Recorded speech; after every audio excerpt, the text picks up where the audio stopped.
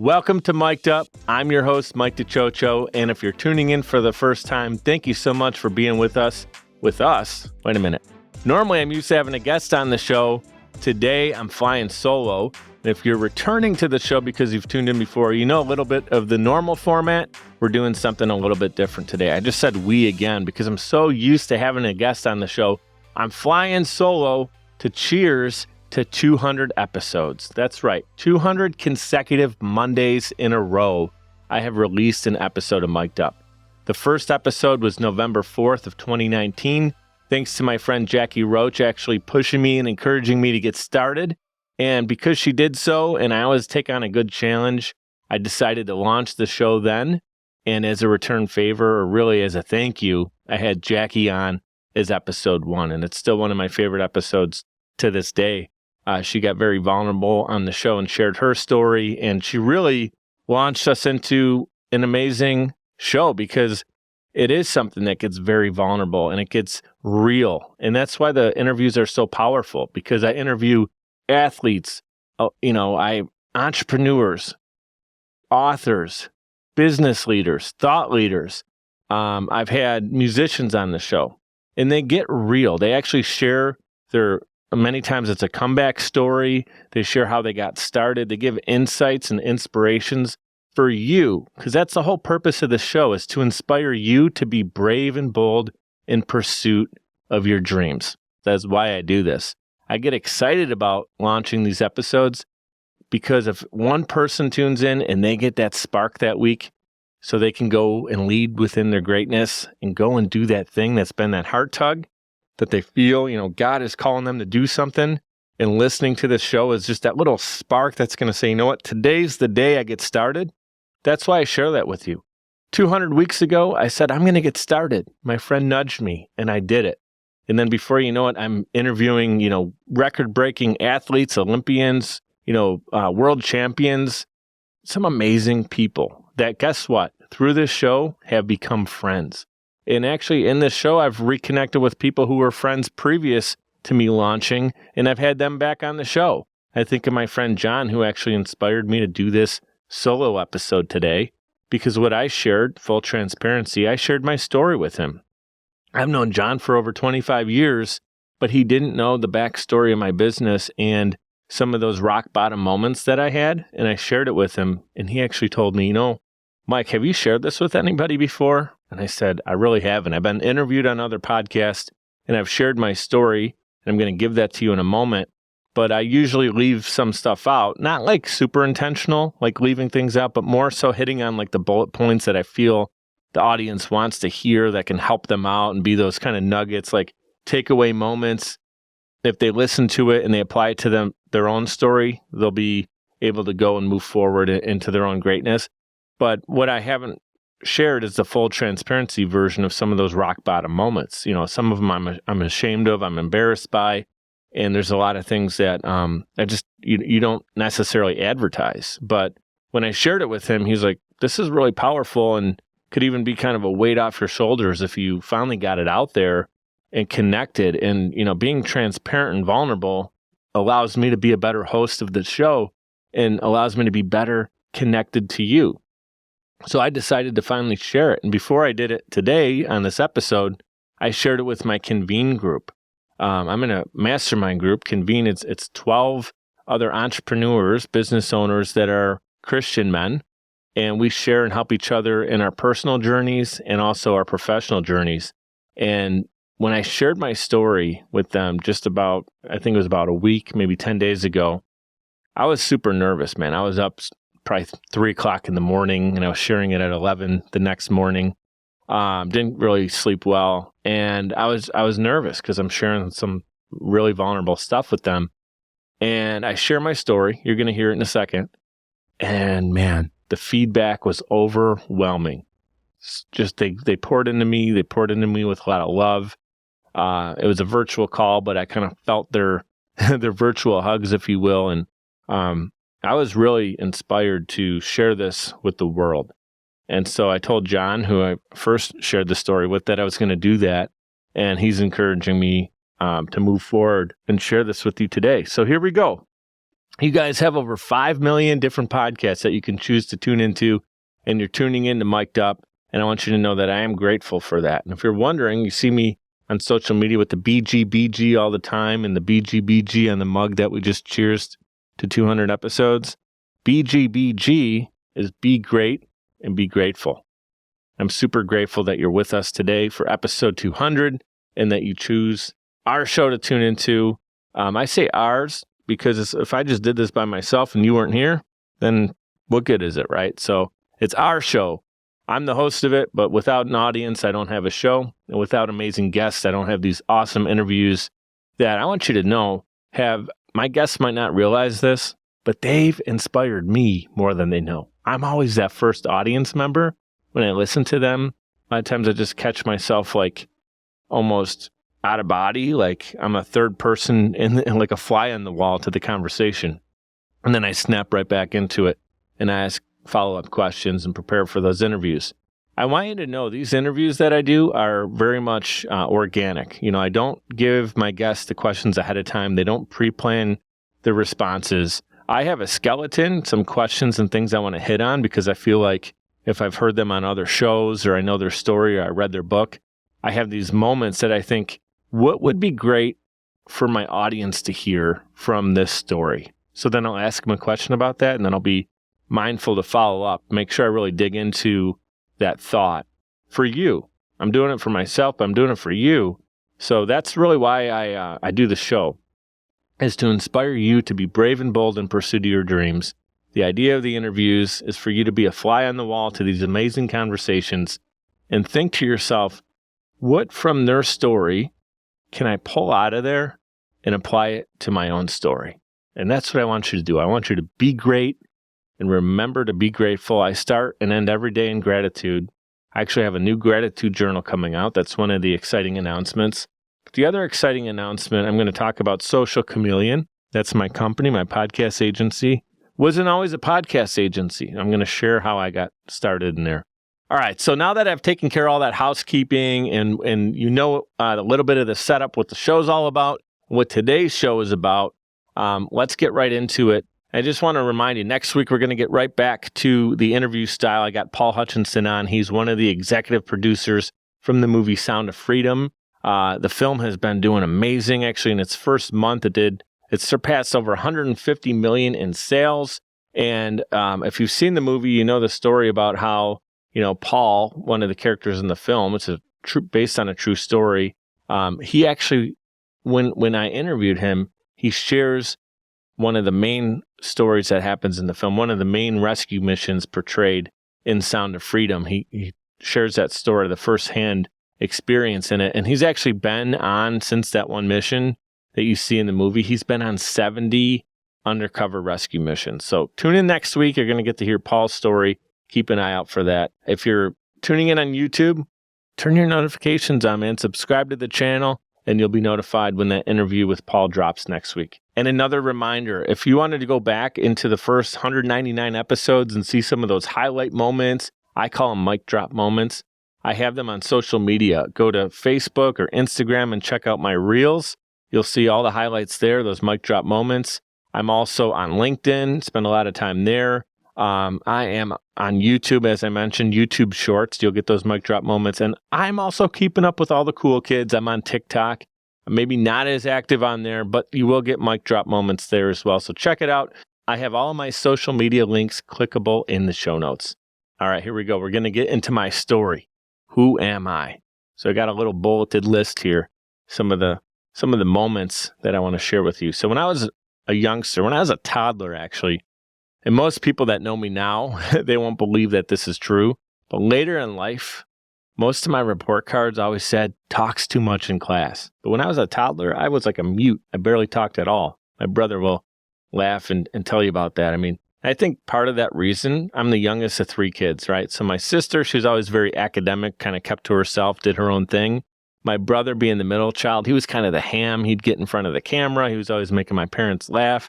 And then by the time I kind of came around, I was like, yeah, I'm just going to like stay off to the corner, play with my toys, play with, you know, and just kind of keep myself entertained, stay out of trouble. I just, you know, kind of saw if my brother got into trouble, what not to do. So the thing is, later in life, all my teachers said, talks too much in class. And now I got my own podcast, so I'll talk as much as I want to talk. This is kind of interesting. When I started out, I was definitely shy. And today, I'm not so shy anymore, and I've kind of come out of my shell.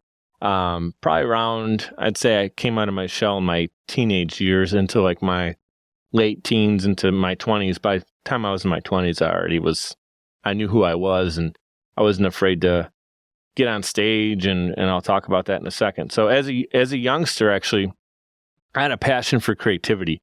At the age 8, I was already starring in movies directed by my 10-year-old brother, my brother Wally. So he'd write these screenplay ideas, and we'd take my mom's video camera. Remember in the late 80s, those shoulder cameras, kind of like in the show The Goldbergs? It was like me and my brother, man. We were like the Goldberg brothers in that show, just always kind of creating and being goofy and being, our friends, we'd recruit them in. Like if our friend was wearing a green t-shirt, we'd be like, perfect, we're doing this army movie and you're going to be the bad guy.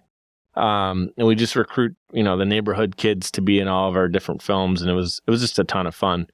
Now, by age 11, I started to drum, and I already took to music. I remember early on, some of the music I really liked. My mom had a really good taste in rock and roll, so she had like Boston and Led Zeppelin, the Beatles. My dad was more into like classic stuff like Elvis, the Beach Boys. So they had a record collection and even some cassettes, and whatever we got our hands on, that's what we listened to. But thankfully, they had a good taste. So really, the Beatles, I think, is the first band that really inspired me, because their music, at least the stuff I was listening to, was just like feel good, and kind of kid friendly, if you will. Like the choruses were catchy and the songs had a fun bop to them. So I remember as a kid, that's what really got me first interested in music. And so by age 11, I was drumming in, every school band I can get that I can sign up for, basically. If they allowed me to play percussion, I was signed up. I didn't care if I hit the triangle in the back of orchestra. I'd sign up for that too. And I did. And I played in just about every band that was possible in school. And then by age 11, I was in a garage band, really a basement band, playing with my brother's friends. So I was in fifth grade, and I was in a band with like 7th, 8th graders, which is pretty cool. And I remember I had visions of being inducted into the Rock and Roll Hall of Fame. And I'm telling you, when I dream big, right? So I played, as I mentioned, from 5th grade until 12th grade in every school band. And by 12th grade, I actually played my first rock and roll club, Mohawk Place in Buffalo. And that was on my 18th birthday, actually. So then fast forward to college, I graduated with a Bachelor of Arts degree in media production. That little kid running around with a camera, writing screenplays at 8 years old. I always stayed interested in creativity, whether it was on the drum kit or with film. So I actually studied that in college, got my media production degree. And, I didn't actually pursue it as much as you would think after college or the internships that came with college, because the internships in Buffalo, I'd be like fetching coffee for people at like the local news stations. And what wasn't interesting to me was telling people that it was raining or snowing outside, or that the Buffalo Bills or Sabres won or lost. At that time, there was a lot more losing than winning. So I wasn't really interested in the local news thing. I didn't feel like that was my purpose, and so I just thought, actually my brother and I thought we were going to be like the next Spielberg and Zemeckis. So I didn't really pursue that. Not, producing the local news was not on my radar. The next stage of my life is when a fool fell in love. My early 20s, I met a girl at a bar when I was catching up with a friend. 3 years later, that girl became my wife, and we had a beautiful daughter together, Isabel. And after she turned 2 years old, our honeymoon stage and the intimacy, sad to say, was essentially a pilot light that had been blown out. So my wife and I, things were going in the wrong direction and pretty fast. I ended up seeking out lust through porn and really struggling with that. That's part of my story I'm going to share with you in a little bit, how I overcame that eventually. But at that time, I was really struggling with it. And one night I came home from work to find all of my clothes packed up in suitcases out on the front porch. I was being kicked out of my own home. My wife was not happy, and truthfully, neither was I. We were together for 10 years, And the last few years, we were more like roommates than partners. And God certainly did bless us with Isabel. And for that, I will forever be grateful. So from there, I moved into an apartment. It was the next stage of my life. 31 years old, moved into an apartment, and I had an early midlife crisis. And I felt so out of alignment with my purpose at that point in time. My fulfillment was on life support.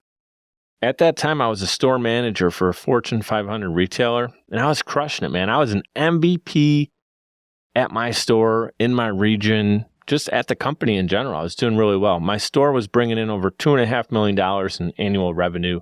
Every single month, I was hitting my goal 100%. And one month, I remember I even hit 777, like I was at the casino. I'll never forget it. But even with all that success, I wasn't really happy. I went home to an empty apartment. And I remember at that time, the only thing hanging on the walls when I first moved in, obviously, was the mirror in the bathroom. And I went over to it. I'm looking in the other rooms. All the other rooms just have my life's possessions boxed up. The living room had all my stuff boxed up. The bedroom had all my stuff boxed up. The spare bedroom had all my stuff boxed up. It all represented the past. That's what it was. But the bare apartment represented the future. And then when I walked into the bathroom and I looked in the mirror, I asked myself, who do you want to be? That's really where this story picks up and gets into the man that I am today and the vision for myself and the mission for myself that I had. Within a month, though, from that moment of separating with my wife, we weren't actually even officially divorced yet at that point. I had quit my job then, and I launched my business. And I felt inspired for the first time in a long time. My area manager, he was stunned that I would walk away from my job considering I was doing so well. And I was in leadership training to continue to grow within the company, eventually be an area manager myself, right? He asked me if I would stick around. I remember this. Stick around until Black Friday. Now in retail, Black Friday, as you know, is huge. So for me to quit, it was literally like my 2 weeks would have put me until maybe the week before Black Friday. So he said, can you hang out just a little bit extra? And respectfully, I agreed. I wanted to have a nice going away and just make sure that we're on good terms. So my going away present to him, check this out.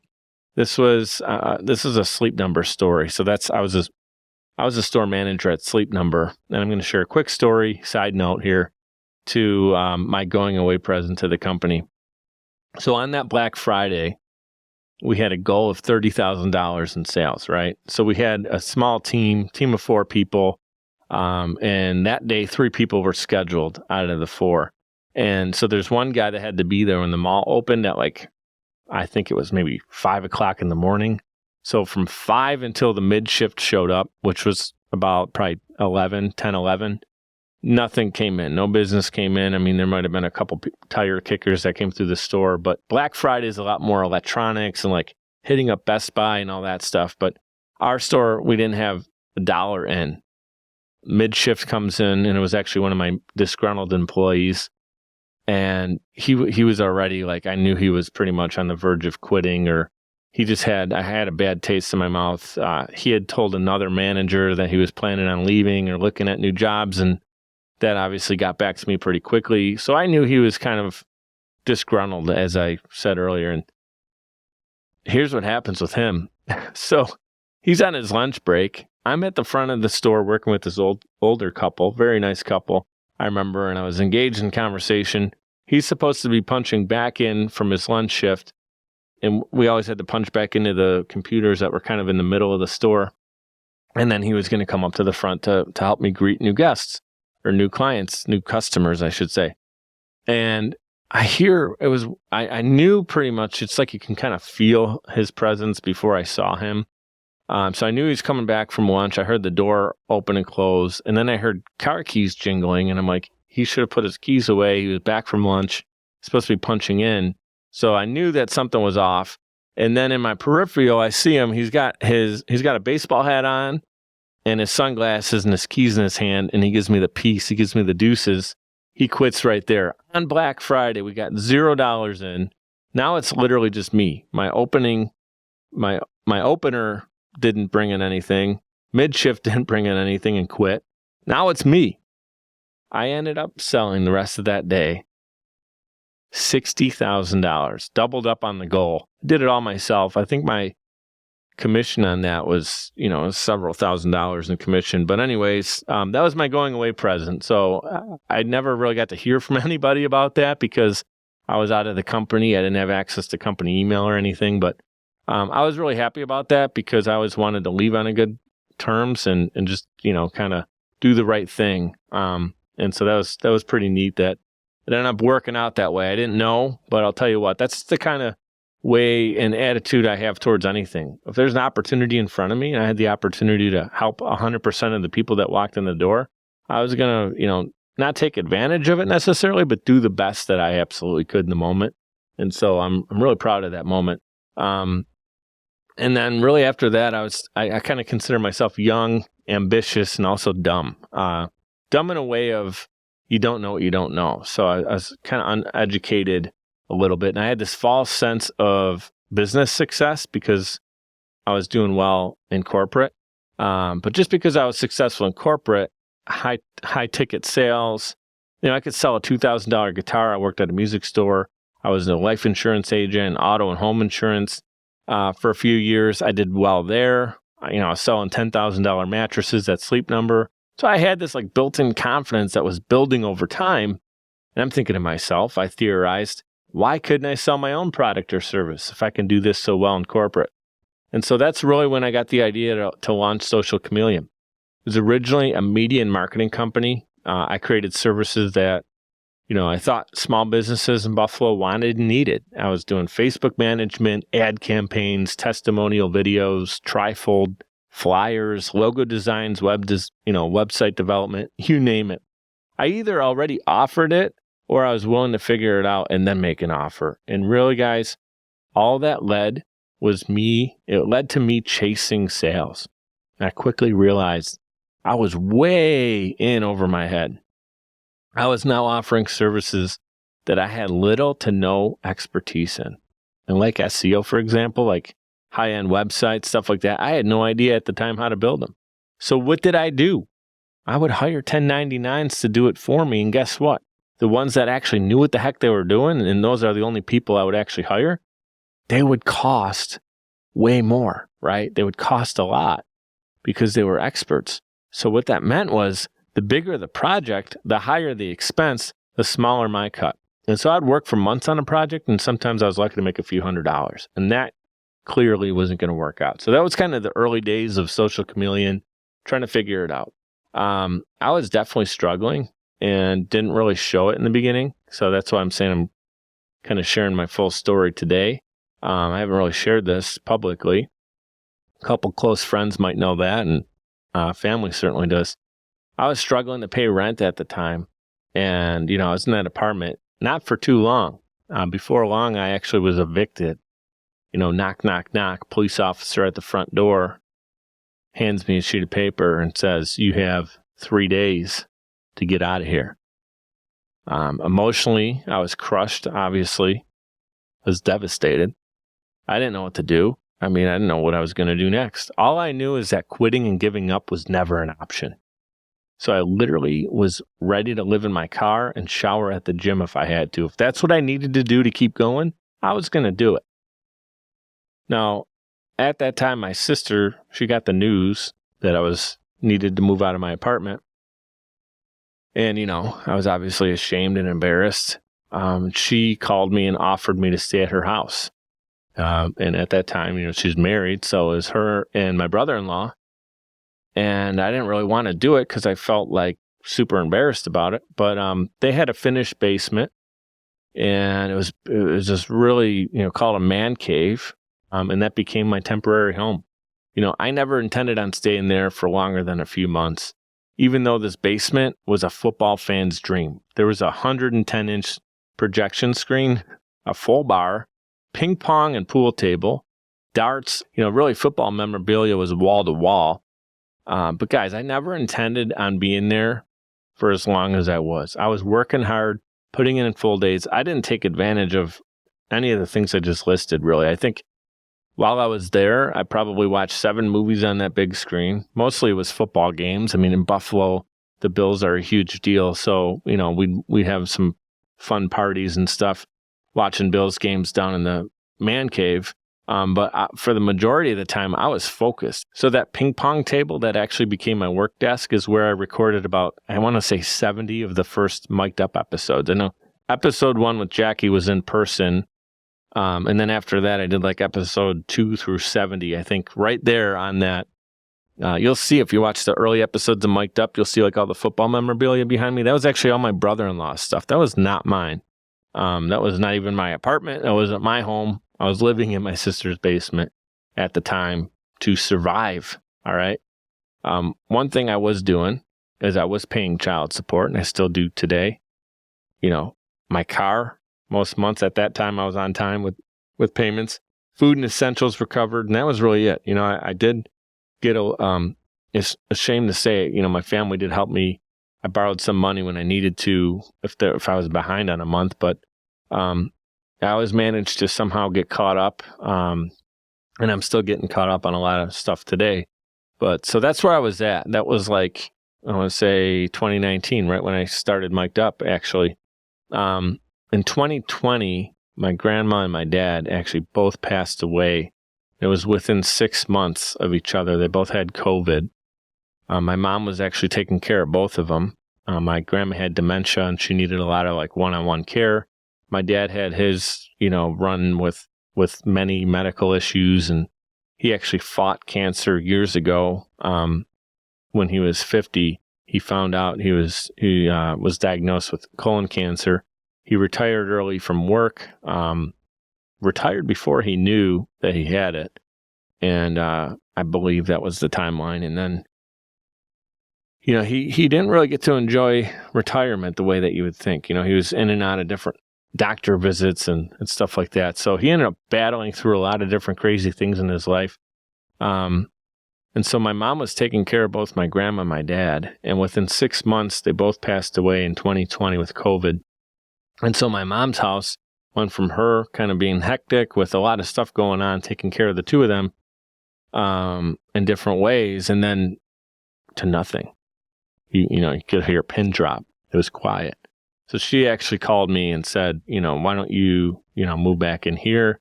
Of course, I'm ashamed. I'm like thinking, I'm not going to be, I'm in my mid-30s at that point. Like moving back in with my mom is super embarrassing.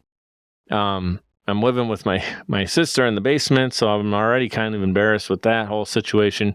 But I wanted to give them the man cave back and move out so my sister and my brother-in-law could be, have full access to their home again. So I took my mom up on it.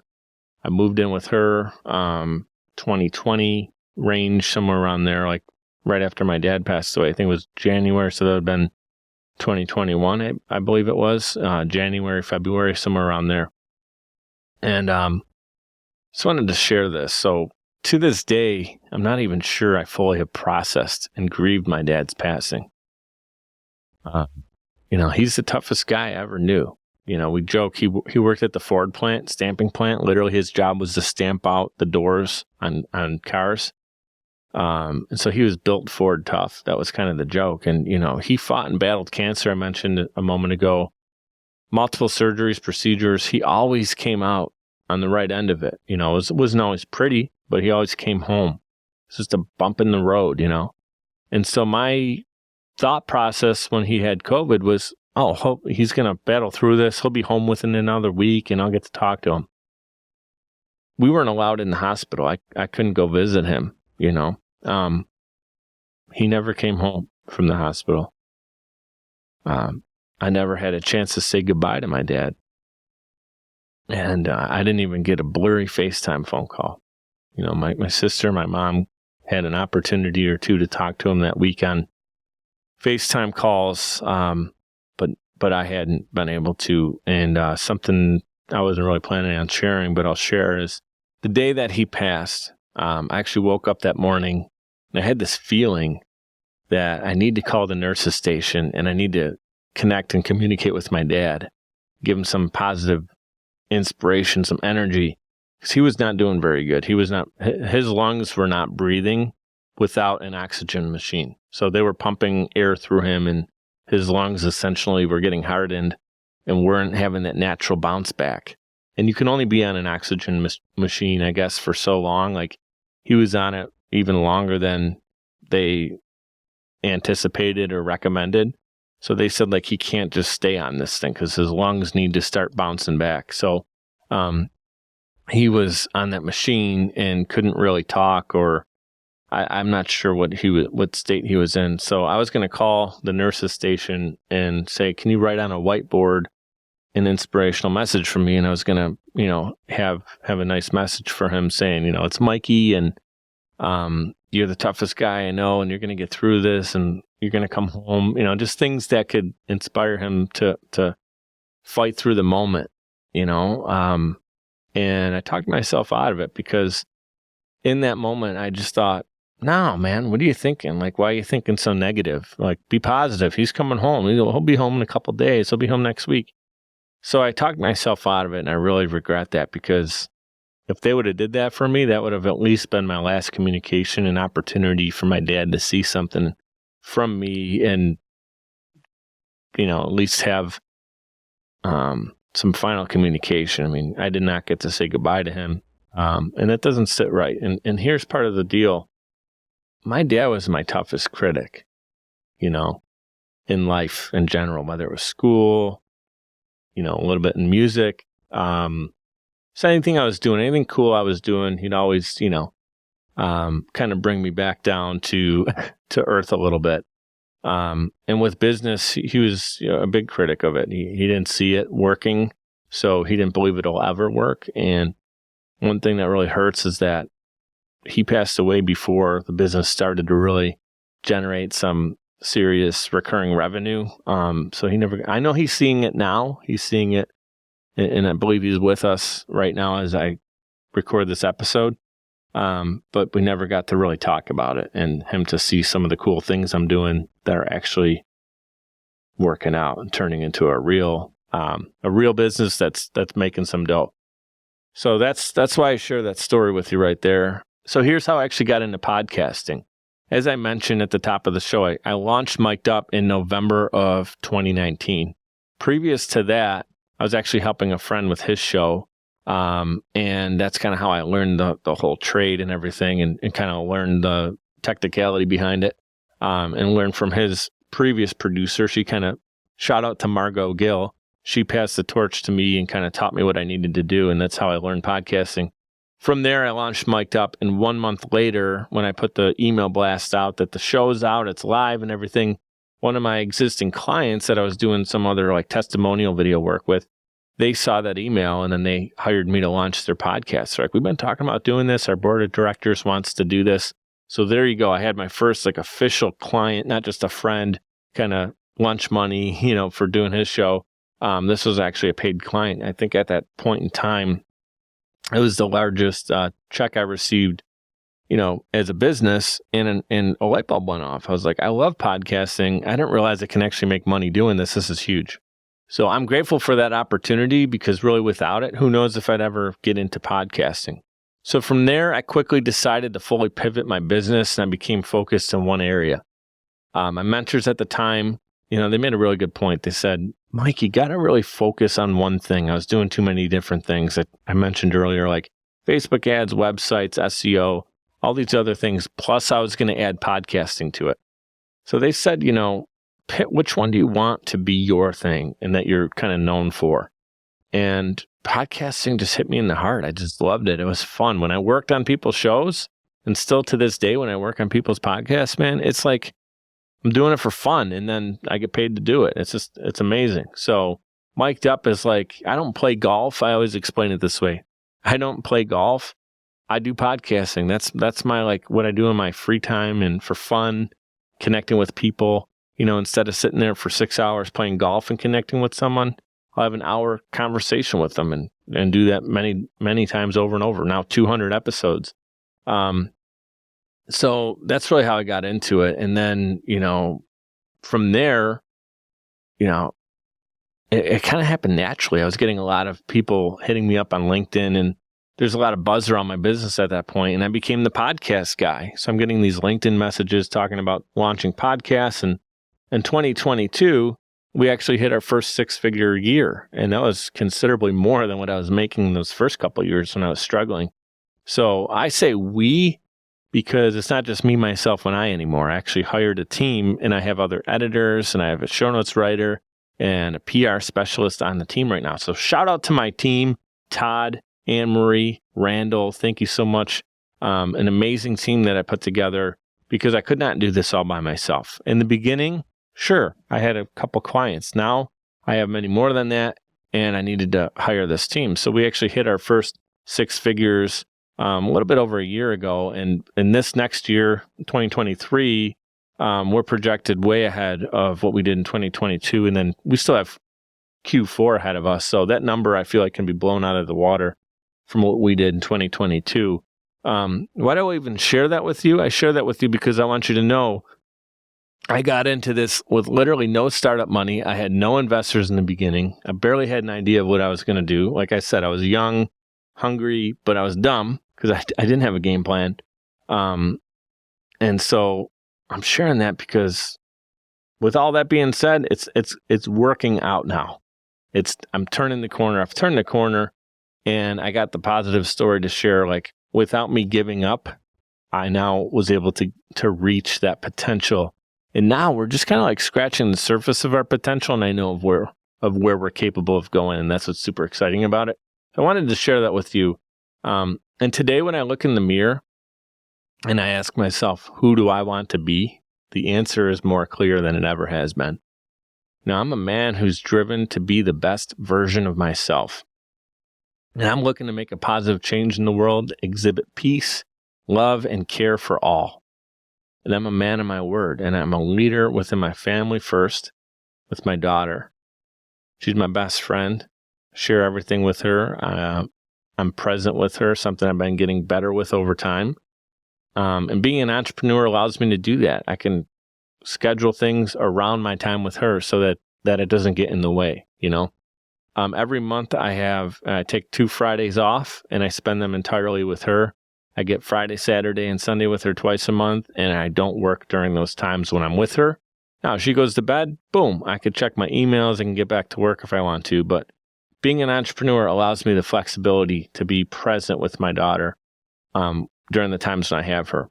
So it's important for me, like I said, to tap into my God-given talents. And I want to encourage you to do the same thing, right? Use those talents, those gifts to serve, to help and inspire other people. That's what I'm doing. And I believe I'm doing that through Social Chameleon. And I also believe I'm doing that through Mic'd Up. So my next goal, personal goal, is to get back out on my own. And my goal is to move to Philly, which is actually where my daughter is now, with her mom and her stepdad. So they're out in the Philadelphia area, the suburbs of Philly. So, you know, that's my goal. I want to be closer to her. Right now we're 6 hours door to door. 6 hours, a 12-hour round trip the weekends that I have her. And so that's not cool. I want to be able to be there. If she wants to go out for ice cream one night, we can do that. If she's got something cool at school that I want to go and check out, it doesn't have to be like a planned event. It can be, I'll pop in and I'll check it out. I'll surprise her. She wouldn't expect me to be there. Boom. I could do that when I'm 15 minutes away, 30 minutes away, 12-hour round trip. You know, I have to really strategically plan when I'm going and do things like that. So my next move is getting out to Philly. And, you know, my daughter now, she has over 3 years of medical bills that continue to pile up. And so I've been making payments on those as well and getting caught up and just saving up to be able to make this move to Philly a reality. And that's where I'm at as I record this. Most importantly, here's the cool part. I know what I need to do to get there, and I'm doing it. So I'm going to be there very soon, making that a reality. Now, I share all of this, and I wanted to get to a big part of the story is Social Chameleon. I gave you some teasers. You know that I transitioned from a media and marketing company into a podcast agency.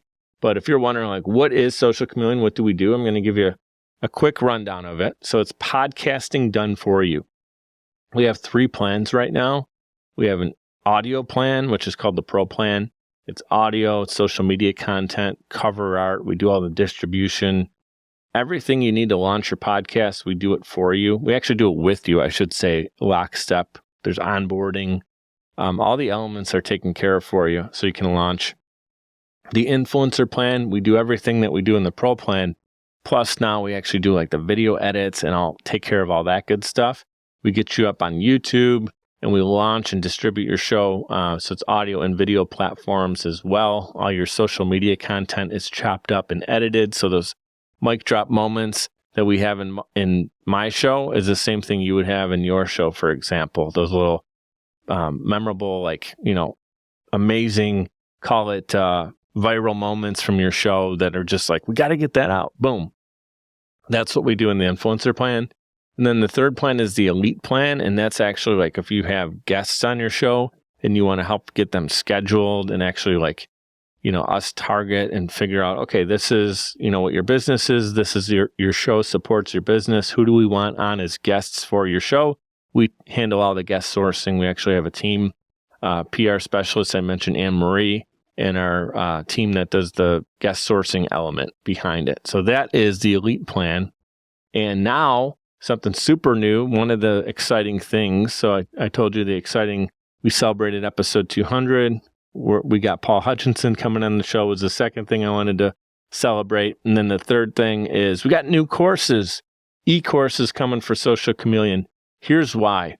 I love that we've been servicing our clients and taking care of them from the launch phase all the way up until we have many shows now in the top 10% most downloaded.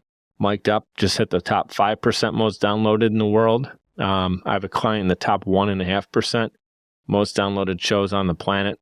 And that's amazing. And we love, creating the content and editing the audio and video and distributing the shows. But it's like, we're helping a tight-knit group of people and not really building a huge community. And something a lot of people ask me about is like, hey, they just want to know, like, how do I get started, or give me some pointers. So I actually do one-on-one coaching as well. And I realize like I can only help one person at a time do that. And it just feels like I'm not really making the best use of my time, and I'm not helping out as large a number of people as I can. So the idea and encouragement from other friends and people who've heard me share this is they said, why don't you do some e-courses where like 1 million people can take the course? Like I get the information out just like I would on that one-on-one call, but now I can get it out to, 7 billion people. So e-courses are coming soon, and check the show notes. If you want information on that, you can get on the mailing list and you'll be one of the first people to know that they're actually live and that they're coming out.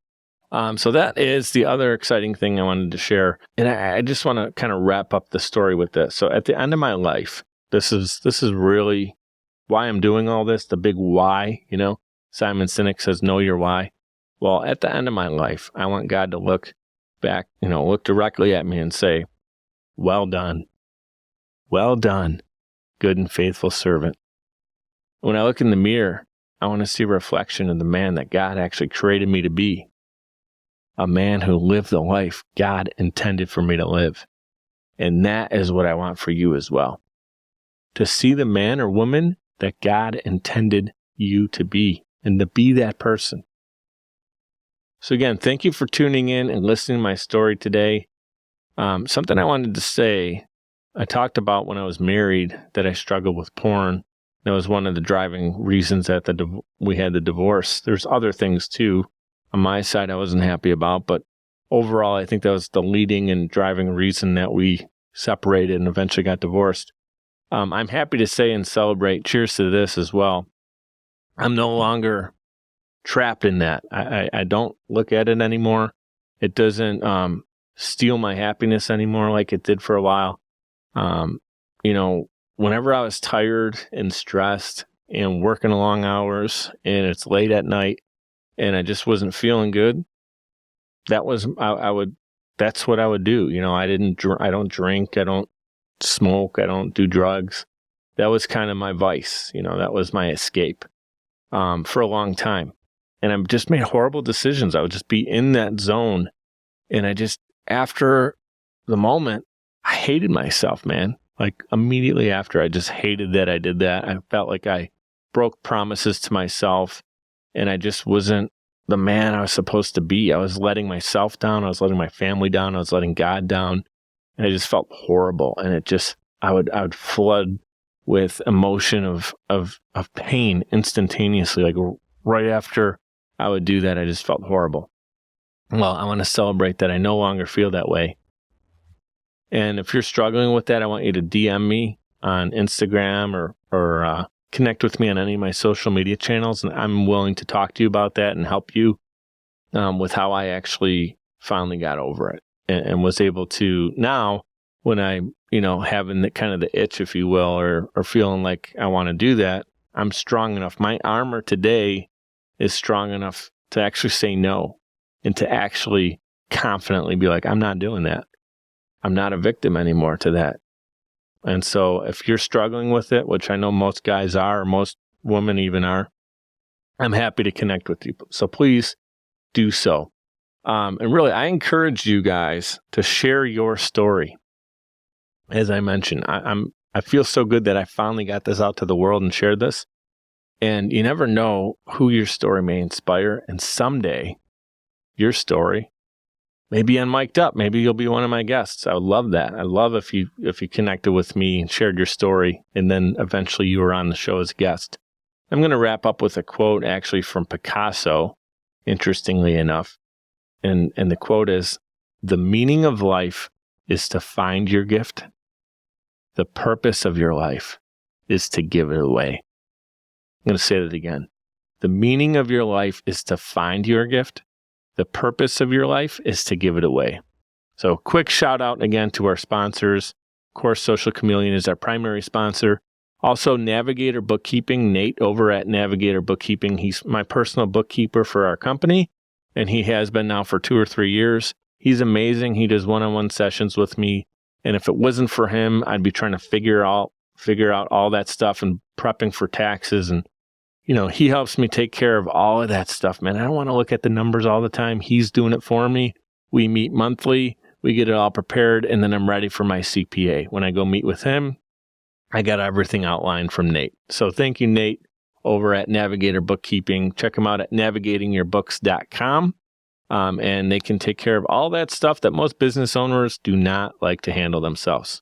Also, wanted to mention Mic'd Up merch, the BGBG t-shirts, which is Be Great and Be Grateful. We have t-shirts that say Be Kind, Be Bold. I have hats that have BGBG on them as well. A beanie that says Be Grateful. And also, we got a gratitude journal coming soon. I think I'm going to probably release that on Amazon, but it might be on the website as well. Mic'dUpMerch.com. If you want to check out all the Mic'd Up episodes, go to Mic'dUpPodcast.com. And that's it, guys. That's my story. If you guys have any questions or want to know maybe more details about certain aspects of my story, reach out to me directly. I'd be happy to talk to you guys. And remember to tune into the next episodes of Mic'd Up. We're going to get right back to that format with amazing guests on the show. And there's always 2 things that I like to say at the end of every episode. First, be great. And second is be grateful. That's just a reminder to be great at everything that you do. I don't care if it's at home and you're cleaning, getting ready for, a friend to visit. Be great at that. Be great at work. If you're looking to become an entrepreneur and you're a W-2 today, still be great at your W-2.